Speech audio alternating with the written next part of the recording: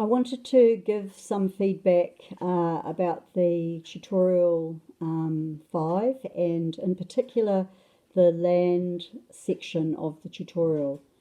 Now the question asked you to look at a couple of 2 or 3 scenarios involving Kuan Yin, who had purchased an apartment that she in fact had been renting out for some time, and she was now contemplating doing a subdivision with those apartments. And the apartment block had 20 apartments. She purchased it in November 2010 for $750,000, and she was looking at then subdividing each apartment and selling each apartment for $200,000. So that's a potential gain, well, not gain, but a potential amount of money of $4 million. Now, what you needed to do was you needed to consider all the sections of the Act. And when you see a land transaction question, or even in the real world, you do have to go through all the parts of the Act. Now, clearly she didn't meet the requirements of CB6 or CB6A, because she had no intention or purpose at the time she acquired the property to sell it for a profit. And it was over the 5-year bright line test. She wasn't a dealer, she wasn't a developer or a builder, so none of those sections apply to her either. The first section that could apply to her is CB12 because of several factors. One, she was engaged in a scheme. A subdivision is a scheme. There's a really good case that you can look at and bring in to illustrate this, and that is the Costello case, which is a very similar facts where there was a subdivision done on an apartment. It was a block of flats actually, and they were all divided up into given separate titles. Now, the CB12 also says that the scheme has to have begun within 10 years of having acquired the property. Now, she's very close to that 10-year period having gone. So if she was going to wait, then she could get outside of that particular scenario and not be caught under CB12 at all.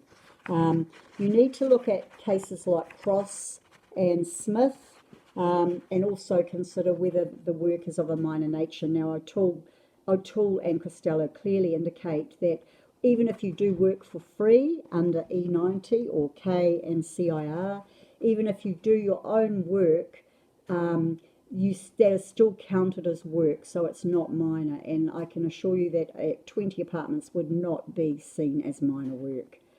There are no exemptions that apply to her. And if she did commence the scheme within the 10-year period, then she would be caught, even if she didn't sell the property for the properties till later. The fact that of having begun the scheme within 10 years, she would be caught under CB12. Now, my advice would be to Kuan Yin to wait. Wait and be caught under CB13. Now, CB13 says that none of the other sections apply to you. There is no time limit, so at any point, at any time when you begin a scheme that has significant expenditure, and the significant expenditure has to be on things like contouring, levelling, drainage, so it's physical work. And the fact that she has to create a car park for her subdivided apartments means that she would be involved in physical work.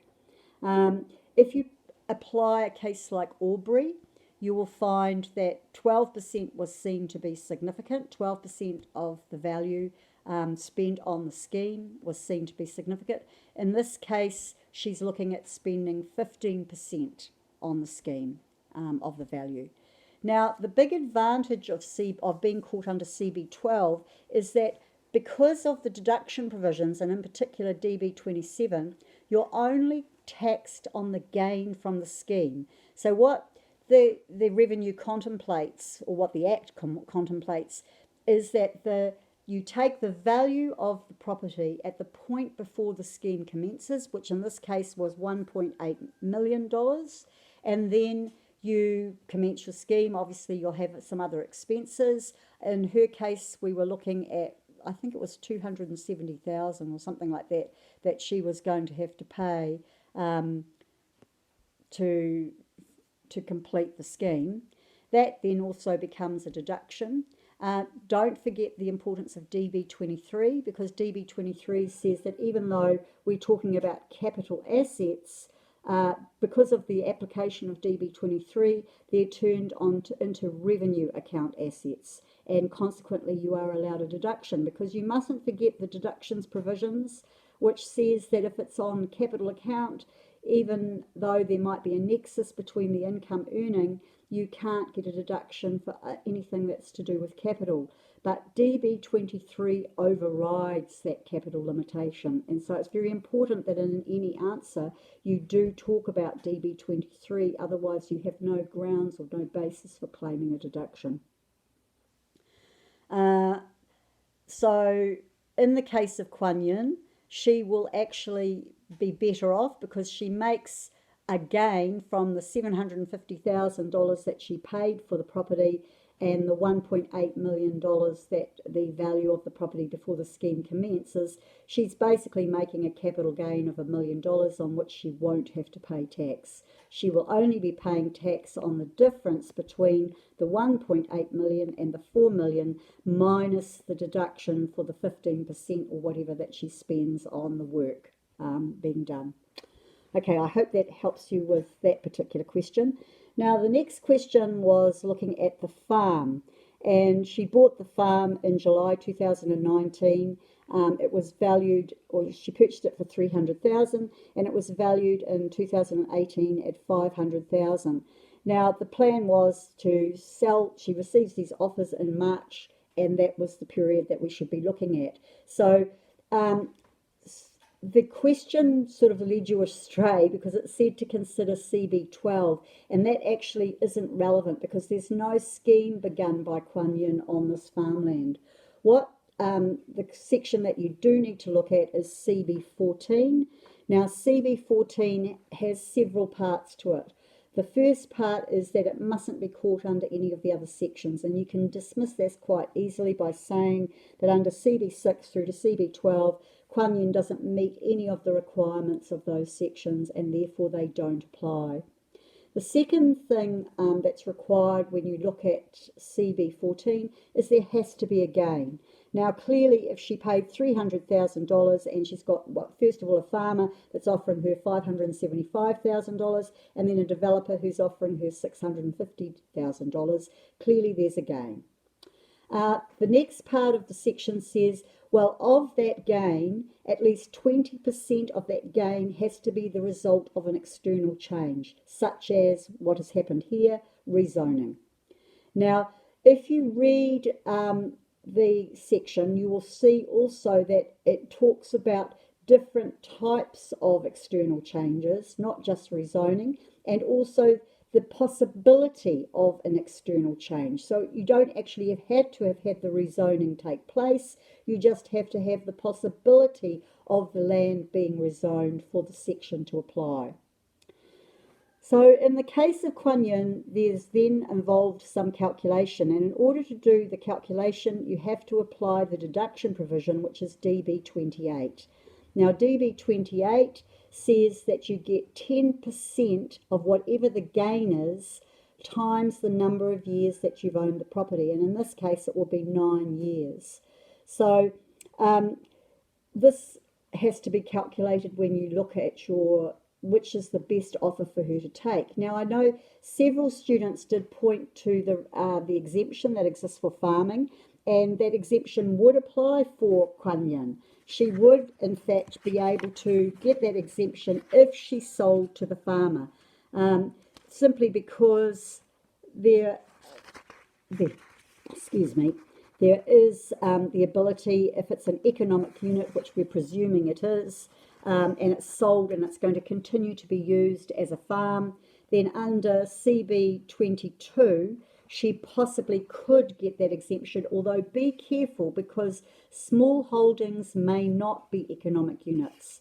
The O'Toole case discusses this in some detail when there was a large subdivision taken place on Great Barrier Island, and in this particular scenario, there were actually only, I think there were 2 or 3 of the holdings which were found to be economic. In other words, continue to be able to be used for economic farming purposes. But anyway, even if you think that exemption could apply and she could sell it to the farmer and pay no tax, that isn't the best outcome for her. She's much better off to sell to the developer simply because of the deduction that she can gain under DB 28 of the 10% of the gain over the number of years. So there would be a requirement if you were doing this possibly as a question on its own to do the calculations, and what I will do is, because it's too hard to do it on this video, is I'll put up the calculations so you can see how it works out for Kuan Yin and why she's better off to sell to the developer. Okay, now not very many people did the third question because it was optional, and that was looking at the application of CB6. Now, a number of you looked at CB6A, but you can't look at that section until you've dealt with CB6 because it comes first. This was the piece of land that was inherited by her and her brother Ed, and if you recall, it was real estate that was valued at $800,000. Now, what you need to do is you apply 2 cases to this. First of all, Halliwell, which says that land when it's inherited does have a value, or property when it's inherited does have a value, and the McClelland case, the Australian case, which says that the only intentional purpose there can be when you inherit property is to receive the gift. Now, that means that tax-free, 800,000 split between her and her brother. They each get the property, each $400,000 capital gain, no tax. However, Kuan Yin then decides to buy her brother out. Her brother needs the money, he wants to sell. Kuan Yin sees an opportunity, so she buys her brother's half share out for $350,000. And then she sells the whole property for $950,000. Now, she will be taxed under Section CB6 on the gain from the sale on the half of her brother's property. There are no exemptions that can apply. It's not residential land. It's not being sold as residential land, and there are no other exemptions that apply to her. So she will have to pay tax on the difference between the $350,000 and the $475,000 that she sells that half for, minus obviously any conveyancing costs, lawyers' costs, and so forth. Okay, I hope that's helpful. And land is very hard. It's not a difficult section, it is a difficult area, of tax. So don't beat yourself up if you didn't do it very well. It takes a lot of practice.